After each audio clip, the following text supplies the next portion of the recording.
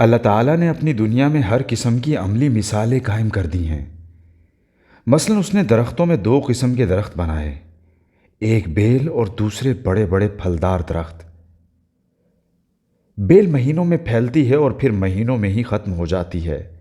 اس کے برعکس درخت سالوں میں تیار ہوتا ہے اور پھر سالوں اور بعض اوقات صدیوں تک زمین پر قائم رہتا ہے۔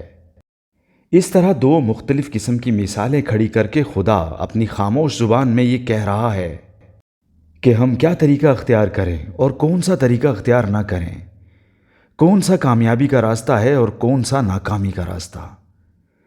قوم کی تعمیر کے معاملے میں ہم کو چاہیے کہ ہم بیل کی طرح نہ پھیلیں بلکہ درخت کی طرح بڑھنے کی کوشش کریں۔ بیل کا یہ حال ہوتا ہے کہ وہ آنن فانن بڑھتی ہے مگر چند ہی مہینوں میں سوکھ کر ختم ہو جاتی ہے۔ ابتدا میں چاہے وہ ایک فرلانگ تک پھیلی ہوئی نظر آئے مگر آخر کار وہ قدموں کے نیچے بھی دکھائی دیتی ہے۔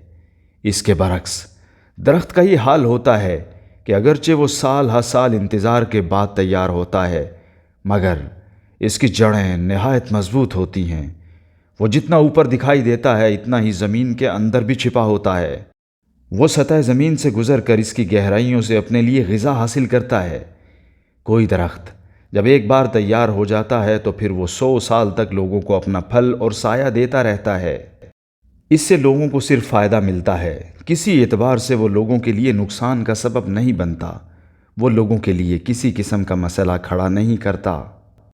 اسی طرح قوم کی تعمیر میں توسیع سے زیادہ استحکام کو ملحوظ رکھنا ضروری ہے۔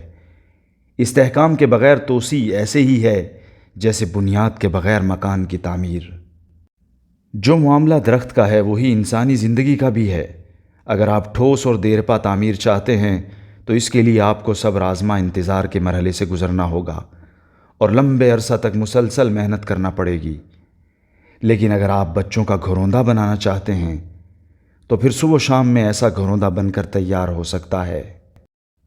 البتہ ایسی حالت میں آپ کو اس حادثے کا سامنا کرنے کے لیے بھی تیار رہنا چاہیے کہ جتنی دیر میں آپ کا گھروندہ بن کر کھڑا ہوا ہے اس سے بھی کم مدت میں وہ دوبارہ زمین بوس ہو جائے۔